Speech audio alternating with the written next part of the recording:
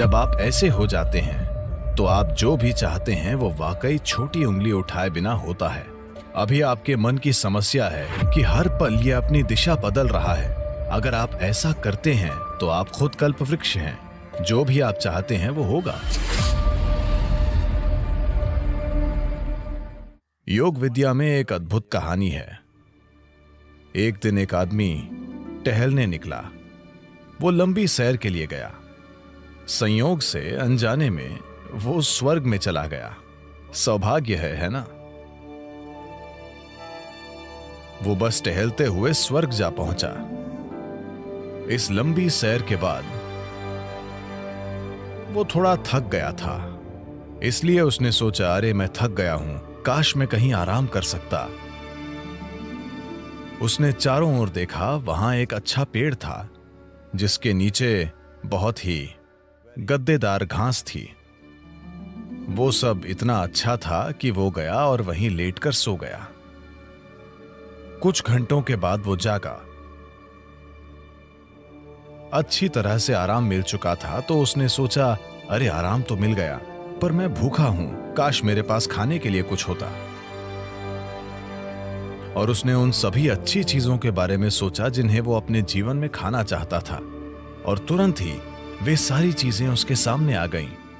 आपको यह समझने की जरूरत है कि वहां की सेवा ही ऐसी है।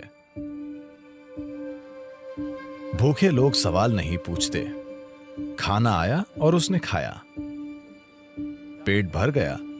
फिर उसने सोचा, अरे मेरा पेट भर गया है, काश मेरे पास पीने के लिए कुछ होता। सभी अच्छी चीजें जो वो पीना चाहता था, उसने उनके बारे में सोचा और वे सभी उसके सामने आ गईं। पीने वाले भी सवाल नहीं पूछते, तो उसने पी लिया। अब थोड़ी शराब अंदर जाने के बाद, आपको पता है चार्ल्स डार्विन ने कहा था, आप सब बंदर थे, आपकी पूंछ गिर गई। मैंने नहीं, चार्ल्स डार्विन ने बताया कि आप सभी बंदर थे और आपकी पूंछ गिर गई और फिर आप इंसान बन गए। हां, पूंछ जरूर गिर गई, लेकिन बंदर जो मन स्थापित नहीं होता उसे योग विज्ञान में हमेशा मरकट कहते हैं, क्योंकि मरकट का मतलब बंदर होता है। हम मन को एक बंदर क्यों कह रहे हैं? एक बंदर में क्या गुण होते हैं? बंदर के बारे में एक बात यह है कि वो बेवजह हिलता डुलता रहता है। बंदर के बारे में एक और बात है, अगर मैं कहता हूं आप किसी को देखकर बंदर की तरह कर रहे हैं, इसका क्या मतलब है? नकल करने वाला। बंदर और नकल ये दोनों शब्द एक ही मतलब रखने लगे हैं। तो बंदर के ये दो बुनियादी गुण वाकई ऐसे मन के गुण भी हैं जो स्थापित नहीं है। गैर जरूरी हिलना डुलना, आपको ये बंदर से सीखना जरूरी नहीं है, आप बंदर को ये सिखा सकते हैं।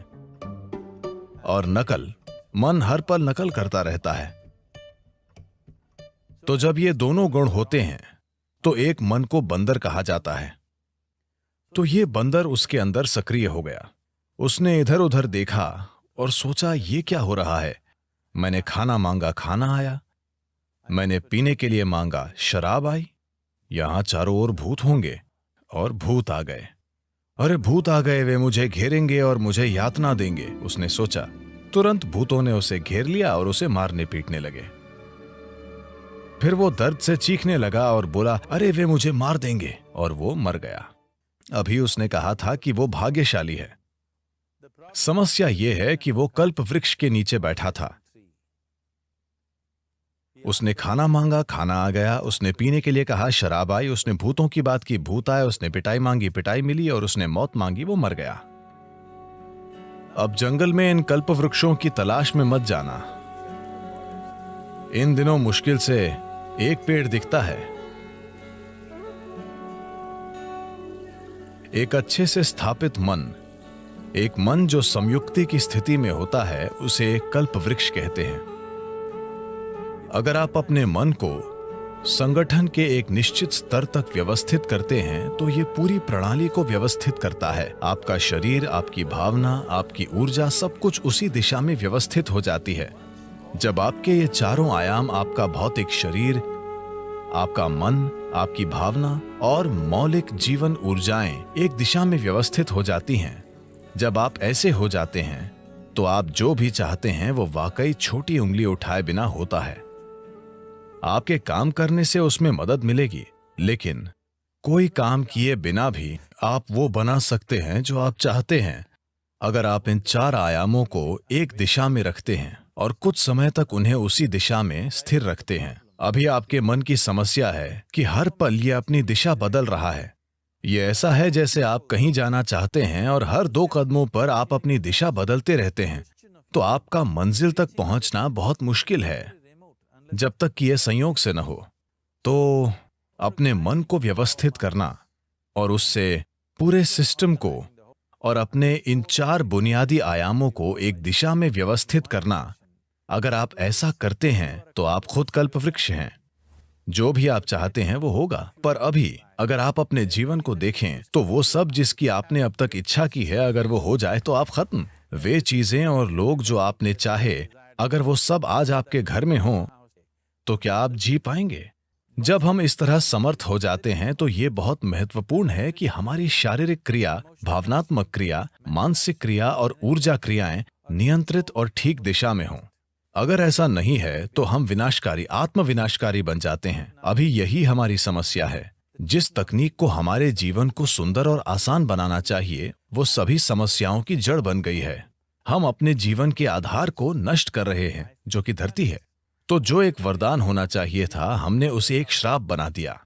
पिछले 100 वर्षों में हमें आराम और सुविधा के जबरदस्त स्तर मिले हैं, जो हमारे जीवन के लिए खतरा भी बन गए हैं, सिर्फ इसलिए कि हम सचेत होकर काम नहीं कर रहे हैं।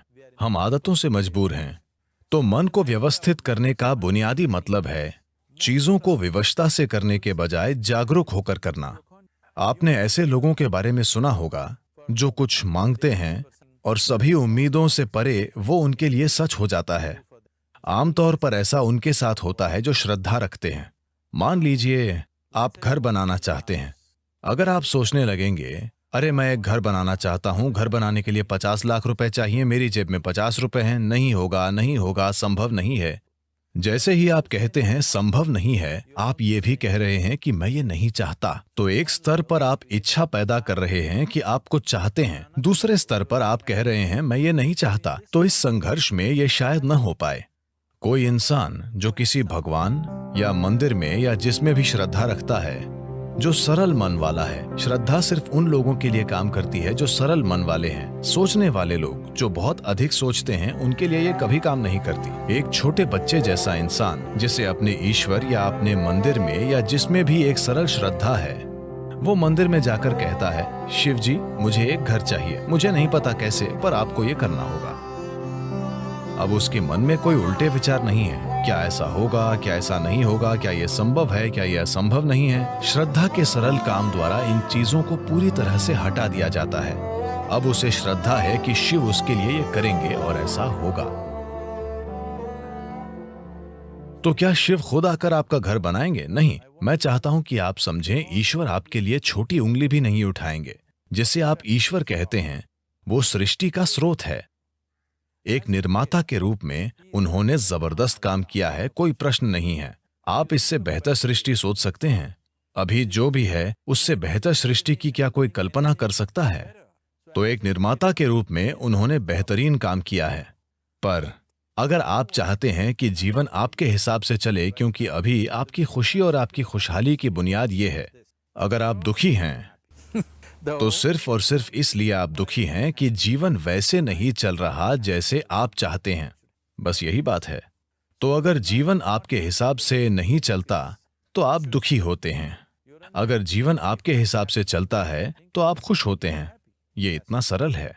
तो अगर जीवन को आपके हिसाब से चलना चाहिए तो सबसे पहले आप कैसे सोचते हैं, आपकी सोच में कितना फोकस है, आपके विचार में कितनी स्थिरता है और विचार प्रक्रिया में कितनी ऊर्जा है, इससे तय होगा कि क्या आपका विचार एक सच्चाई बनेगा या सिर्फ एक विचार रहेगा। ये इससे भी तय होगा कि आप उल्टे विचार बनाकर उस विचार के लिए रुकावट नहीं पैदा करते। क्या ये हो सकता है या नहीं, ये मानवता को नष्ट कर रहा है। क्या संभव है और क्या असंभव, ये देखना आपका नहीं, प्रकृति का काम है। आपका काम है मनचाही चीज पाने के लिए मेहनत करना। अभी आप यहां बैठे हैं। अगर मैं आपसे 2 सरल प्रश्न पूछूं, मैं चाहता हूं कि आप बस सुने और उत्तर दें। आप जहां बैठे हैं, क्या वहां से उड़ सकते हैं? आप कहेंगे नहीं। क्या आप यहां से उठकर चल सकते हैं? आप कहेंगे हां। इसका आधार क्या है कि आप उड़ने के लिए नहीं और चलने के लिए हां कहते हैं? आधार है जीवन का अनुभव। कई बार आप उठकर चले हैं, कभी उड़ान नहीं भरी। या दूसरे शब्दों में, आप जीवन के पिछले अनुभव को आधार बनाकर यह तय कर रहे हैं कि कुछ संभव है या नहीं। या दूसरे शब्दों में, आपने तय किया है कि अब तक जो नहीं हुआ वो भविष्य में आपके जीवन में नहीं हो सकता है। ये मानवता और मानवीय भावना का अपमान है। इस धरती पर जो अब तक नहीं हुआ वो कल हो सकता है। इंसान इसे कल एक सच्चाई बना सकते हैं। तो क्या संभव है और क्या असंभव, ये देखना आपका काम नहीं है। ये प्रकृति का काम है। प्रकृति तय करेगी। आप बस देखिए कि आप वाकई क्या चाहते हैं और उसके लिए मेहनत कीजिए। और अगर आपका विचार एक शक्तिशाली तरीके से तैयार होता है, बिना किसी उल्टे विचारों के, कोई ऐसे उल्टे विचार न हो जिनसे विचार प्रक्रिया की तीव्रता कम हो जाए। सबसे पहली और महत्वपूर्ण बात यह है कि आपको स्पष्ट पता होना चाहिए कि आप वाकई क्या चाहते हैं। अगर आप नहीं जानते कि आप क्या चाहते हैं, तो उसे बनाने का सवाल ही नहीं उठता। अगर आप ये देखें कि आप वाकई क्या चाहते हैं, तो हर इंसान यही चाहता है। वो खुशी से जीना चाहता है, वो शांति से जीना चाहता है, वो चाहता है कि उसके रिश्ते प्यार भरे हों। या दूसरे शब्दों में कहें तो कोई भी इंसान यही चाहता है कि वो अपने भीतर सुखी हो और उसके चारों ओर सुख हो। ये सुख अगर हमारे शरीर में होता है तो हम इसे सेहत या सुख कहते हैं। अगर ये हमारे मन में होता है तो हम इसे शांति और खुशी कहते हैं। अगर ये हमारी भावना में होता है तो हम प्यार और करुणा कहते हैं। अगर ये हमारी ऊर्जा में होता है तो हम इसे आनंद और परमानंद कहते हैं। यही एक इंसान की तलाश है। चाहे वो काम करने अपने ऑफिस जा रहा है, वो पैसा कमाना चाहता है, करियर बनाना चाहता है, परिवार बनाए, वो बार में बैठे या मंदिर में बैठे, वो तब भी उसी चीज की तलाश में है। भीतर सुख, चारों ओर सुख। अगर यही हम चाहते हैं तो मुझे लगता है इसे सीधे संबोधित करने और इसे बनाने के लिए खुद को प्रतिबद्ध करने का यही समय है। तो आप खुद को एक शांतिपूर्ण इंसान, आनंदमय इंसान, प्रेम करने वाला इंसान, सभी स्तरों पर एक सुखद इंसान बनाना चाहते हैं। और क्या आप इस तरह की दुनिया भी नहीं चाहते? एक शांतिपूर्ण दुनिया, एक प्रेमपूर्ण दुनिया, एक आनंदमय दुनिया। नहीं नहीं, मुझे हरियाली चाहिए, मुझे भोजन चाहिए। आनंदित दुनिया से हमारा मतलब है कि हम जो भी चाहते थे वो हो गया। आप इसी की तलाश कर रहे हैं। तो आपको यही करने की जरूरत है कि अपने और अपने आसपास के लोगों के लिए एक शांतिपूर्ण, आनंदमय और प्रेमपूर्ण दुनिया बनाने के लिए प्रतिबद्ध हो जाएं। हर दिन सुबह अगर आप दिन की शुरुआत अपने मन में इस सरल सोच के साथ करें कि आज मैं जहां भी जाऊंगा एक शांतिपूर्ण, प्रेमपूर्ण और आनंदमय दुनिया बनाऊंगा। अगर आप दिन में 100 बार गिरते हैं तो क्या फर्क पड़ता है? एक प्रतिबद्ध आदमी के लिए विफलता जैसा कुछ नहीं होता। अगर वो 100 बार गिरता है तो 100 सबक सीखने को मिलते हैं।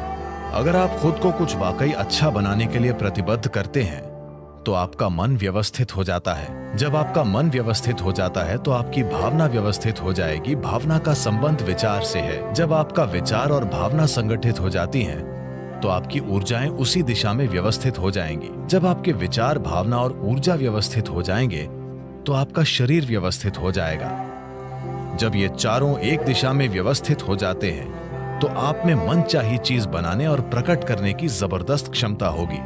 आप कई मायनों में ईश्वर होंगे। जो सृष्टि का स्रोत है वो आपके जीवन के हर पल में आपके अंदर काम कर रहा है। बात सिर्फ ये है, क्या आपने उस आयाम तक पहुंच बनाई है या नहीं? अपने जीवन के 4 मूल तत्वों को व्यवस्थित करके आपको वो पहुंच मिलेगी। ऐसा करने के लिए साधन और तकनीकें हैं। योग का पूरा विज्ञान, पूरी तकनीक जिसे हम योग कहते हैं, वो बस यही है, खुद को सृष्टि के एक टुकड़े से सृष्टा बनाना।